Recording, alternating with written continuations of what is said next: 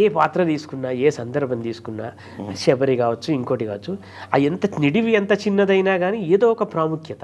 అవును. ఆ ప్రాముఖ్యతను చూపించడంలో అసలు వాల్మీకి ఎక్కడ తగ్గలేదు. అసలు అది మామూలుగా. అందుకే కదా కేవలం కథే అనుకుంటే వాల్మీకిని మించిన కవే లేడు. ఎందుకంటే ఇంత సంయమనం చేసుకొని ఇన్ని రకాల చరిత్రలు, ఇన్ని రకాల పాత్రలు, ఈ పాత్రల వెనుక ఉన్న అంతరకథలు, ఆ అంతరకథల్లో ఉన్న అంశాలు వాటిని జోడించి అదంతా ఒక అసలు మామూలు అల్లిక కాదు అది. ఆ అల్లికలో అన్ని రసాలు, అన్ని అనుభవాలు, మాయలు మహిమలు అంటే సహజమైనవి. ఆ మిత్ అనేది అది కదా మైథాలజీ అన్న చోట. ఆ మాయలు మహిమలు నమ్ముతామా నమ్మమా అనేది వ్యక్తిగతమైన అంశం. వాటిని కాదనడానికి రుజువు చేసే శక్తి మనకు లేదు.